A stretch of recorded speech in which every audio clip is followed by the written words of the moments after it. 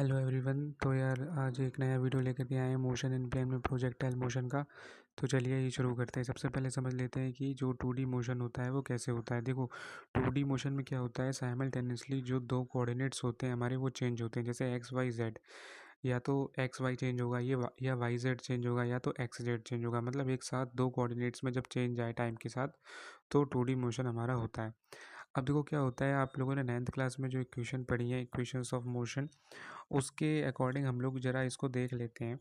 जो जैसे v is equal to u plus a t वाली इक्वेशन है, तो जैसे मगर अगर मान लो आपको x डायरेक्शन में चीज़ों को सॉल्व करना है, तो जो भी velocity, final velocity that is v जो भी है वो x डायरेक्शन की, इनिशियल वेलोसिटी जो हमारी u है x डायरेक्शन की, एक्सलरेशन जो भी है x डायरेक्शन का, और टाइम टाइम x का नहीं, क्योंकि देखो टाइम जो है वो एक कांस्टेंट लेके चलते हैं। टाइम वेरी कराएंगे यहाँ पे तो काफ़ी कॉम्प्लेक्स चीज़ें हो जाएंगी। आपने सुना होगा टाइम वेरी करा के क्या क्या चीज़ें हो सकती हैं, वो एक अलग टॉपिक हो गया और वो फिजिक्स अभी काफ़ी ज़्यादा कॉम्प्लेक्स बन जाएगी यहाँ पे। तो टाइम कांस्टेंट रहता है, लेकिन जो बाकी सारी चीज़ें हैं एक्स डायरेक्शन में एक्स के अकॉर्डिंग रखेंगे जैसा कि आप देख पा रहे हो, और वाई डायरेक्शन में वाई के अकॉर्डिंग चीज़ों को रखेंगे। ठीक है, तो ये हमारी जो भी इक्वेशंस ऑफ मोशन जो आपने 9th क्लास में पढ़ी थी, बस वही एक्स और वाई के लिए लिखी हुई हैं। ठीक है, जब एक्स के बारे में निकालो तो एक्स की, वाई के बारे में निकालो तो वाई की।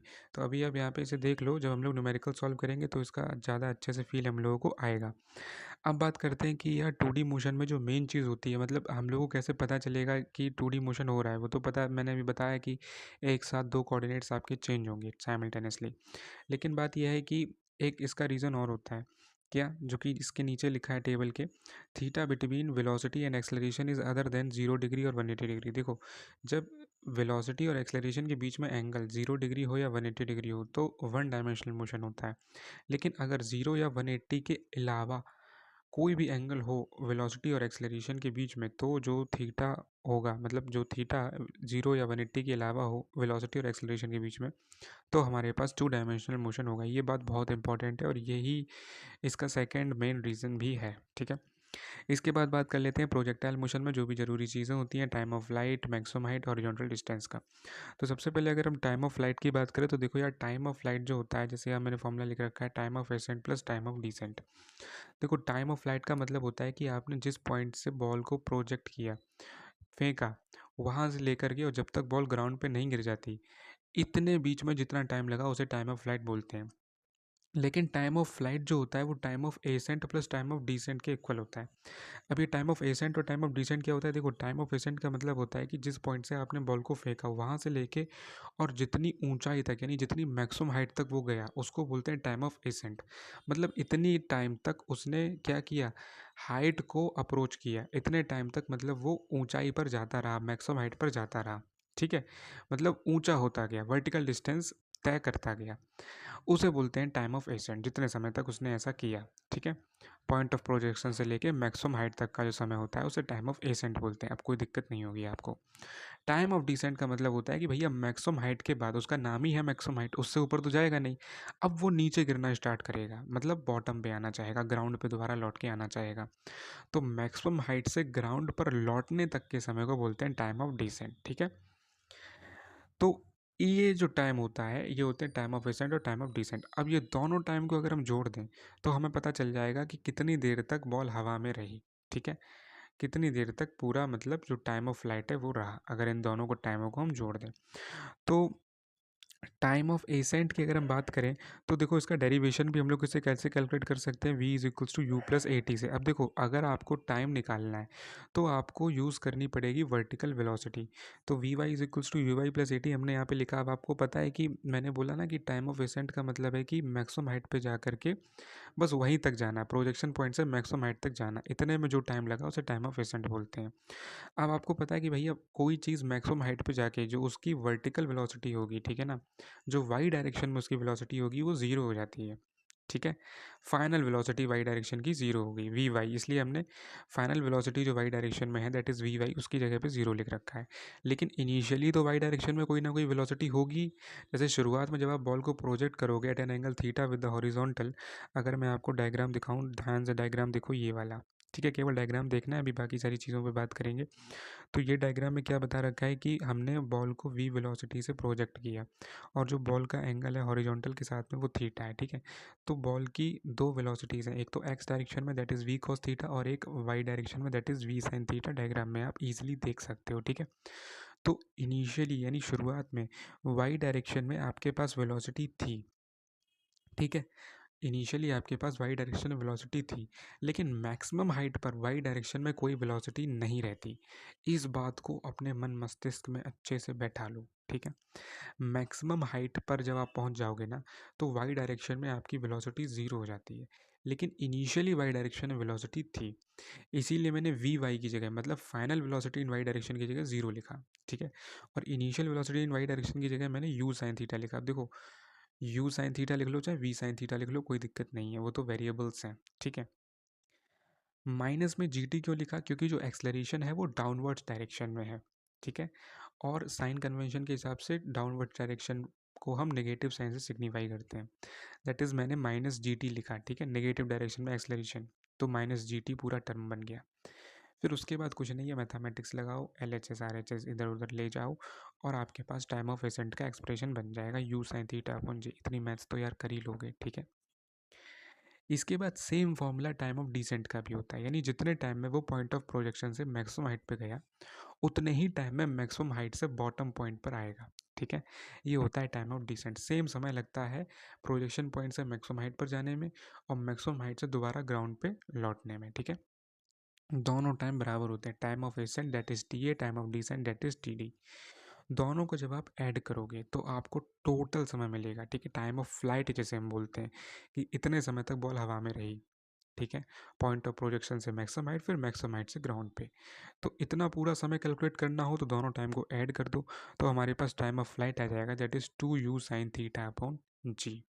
ये होता है हमारे पास टाइम ऑफ फ्लाइट। बात समझ में आ गई? इतने अच्छे से बात समझ में आ ही गई होगी। ठीक है, इसके बाद बात करते हैं यार मैक्सिमम हाइट की।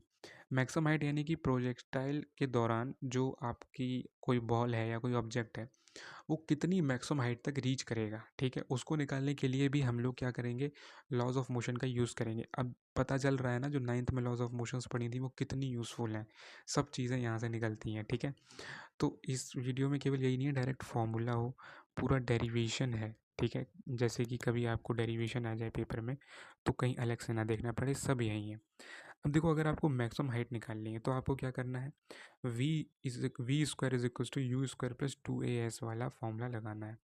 अब देखो, एक सिंपल सी चीज़ है, जब भी मैक्सिमम हाइट निकालनी हो या टाइम निकालना हो तो हम लोग वाई डायरेक्शन को कंसिडर करते हैं, क्योंकि देखो मैक्सिमम हाइट का मतलब क्या है, वर्टिकल डिस्टेंस। ठीक है, ज़रा दिमाग से सोचो, मैक्सिमम हाइट का मतलब वर्टिकल डिस्टेंस।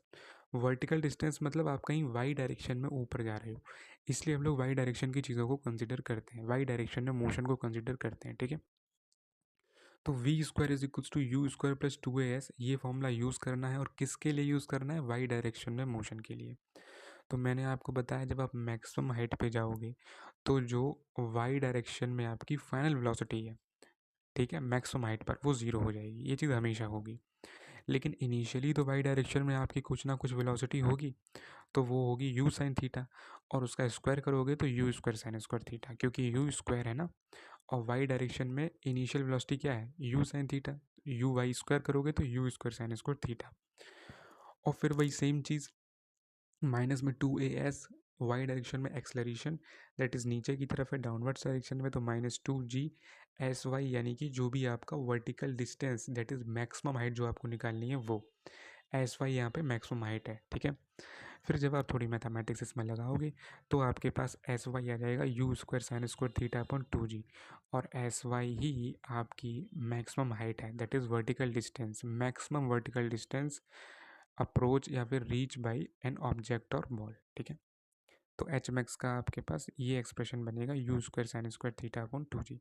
डायग्राम में भी इसको आप देख सकते हो, ये आपका मैक्सिमम हाइट होती है। ठीक है, अच्छा, इस पॉइंट पर जो वर्टिकल डायरेक्शन में वाई वेलोसिटी होती है, मतलब फाइनल वेलोसिटी जो होती है वाई डायरेक्शन में मैक्सिमम हाइट पे, वो ज़ीरो हो जाती है, वी वाई। ठीक है, इसके बाद बात करते हैं रेंज की। पहले डायग्राम में देख लो रेंज क्या होता है।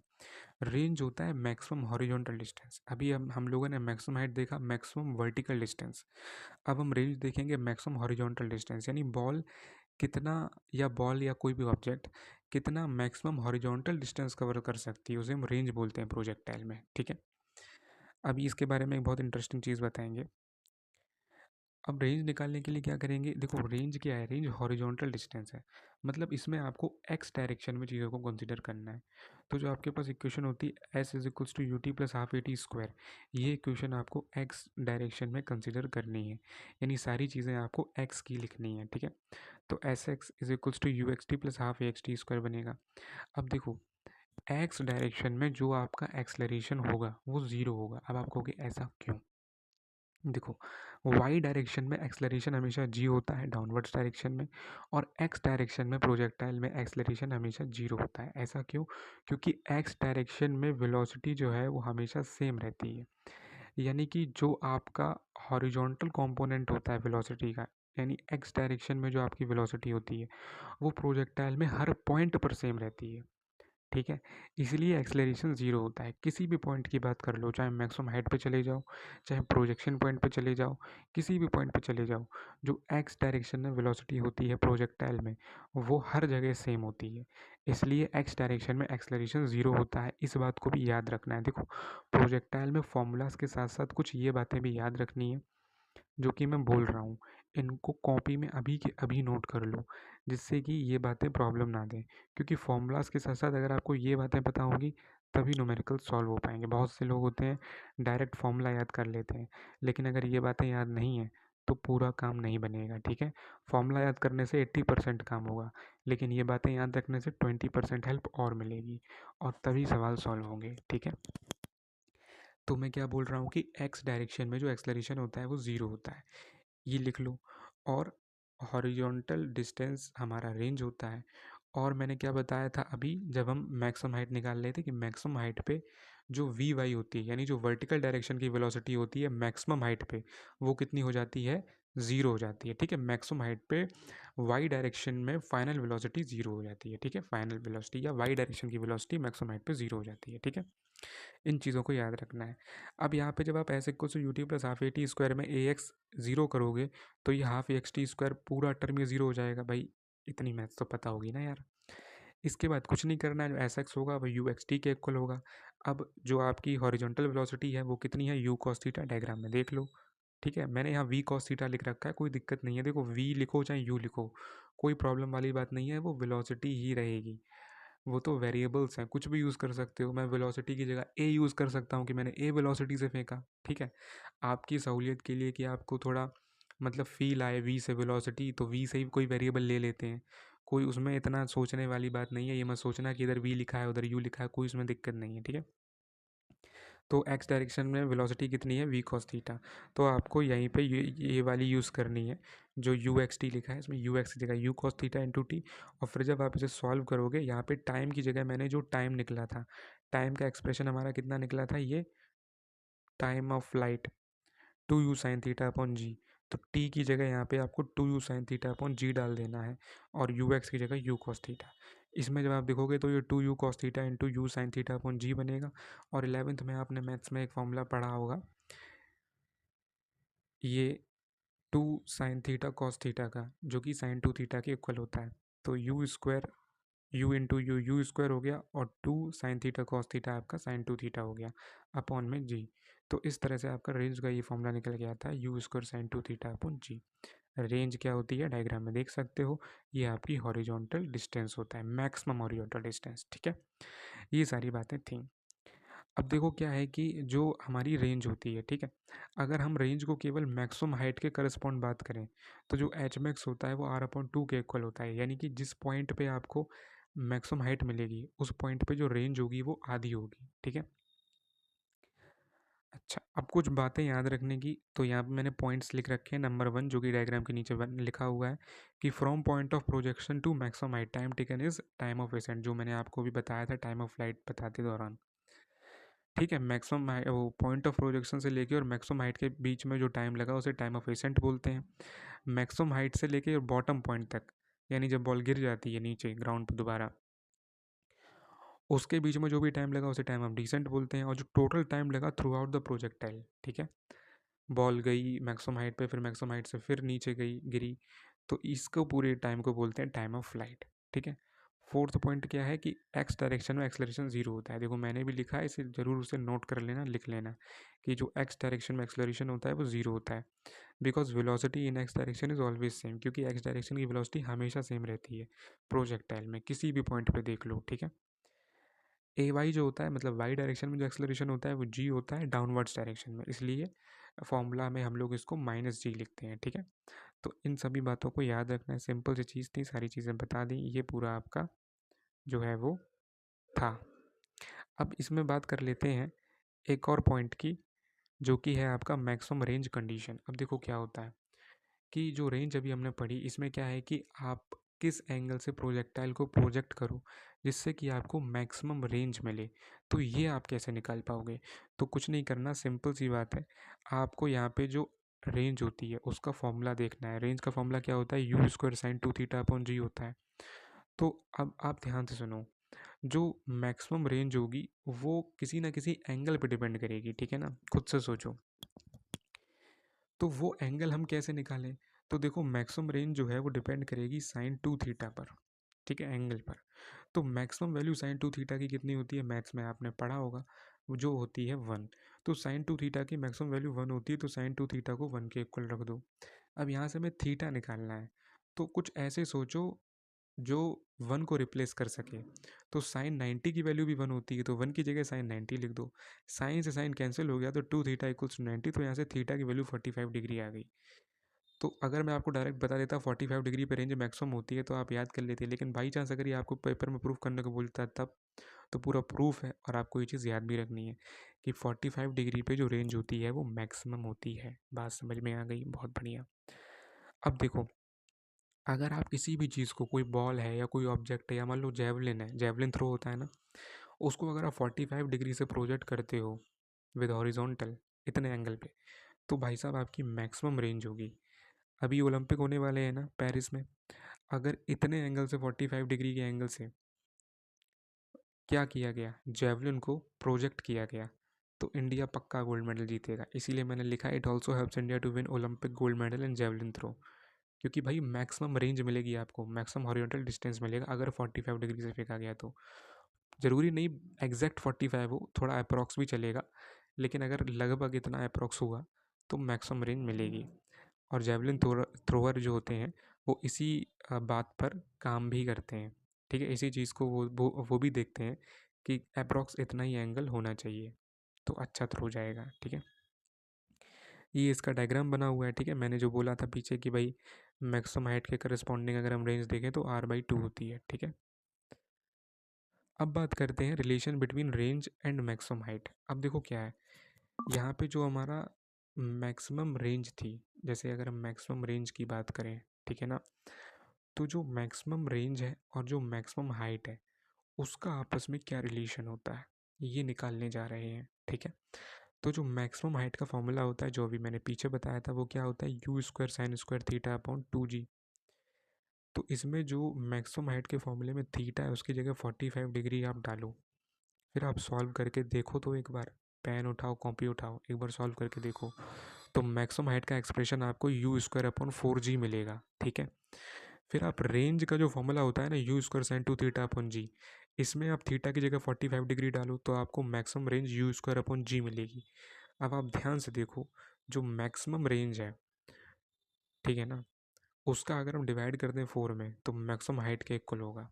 तो मैक्सिमम रेंज और मैक्सिमम हाइट के बीच का रिलेशनशिप ये होता है जो इस बॉक्स में बंद है, maximum height is equal to maximum range divided by 4, ठीक है। ये मैक्सिमम की बात हो रही है, ठीक है, मैक्सिमम रेंज और मैक्सिमम हाइट। और अगर कोई आपसे ऐसे ही पूछे तो जो रेंज होती है ना, वो मैक्सिमम हाइट के साथ उसका क्या रिलेशन होता है, maximum height is equals to r/2। जब रेंज मैक्सिमम ना हो, लेकिन अगर रेंज मैक्सिमम हो गई तो मैक्सिमम हाइट और मैक्सिमम रेंज का रिलेशन ये आता है, maximum height is equals to maximum range divide by 4। तो ये सब कुछ था आई थिंक प्रोजेक्टाइल के बारे में। इसके बाद हॉरिजॉन्टल प्रोजेक्टाइल का वीडियो आएगा। तो हॉरिजॉन्टल प्रोजेक्टाइल एक अलग टॉपिक है, पर ये प्रोजेक्टाइल मोशन के बारे में सारी बातें थी, ठीक है। सारे फॉर्मूलाज भी थे, जो बातें मैंने लिखी हैं वो तो लिखी हैं, अलग से जो कुछ बातें नोट करनी थी वो भी आपको बता दी। आई होप अच्छे से आज समझ में आया होगा। तो अच्छा लगा हो तो प्लीज़ अपना प्यार ज़रूर दें, लाइक करें, and thank you so much for watching this video.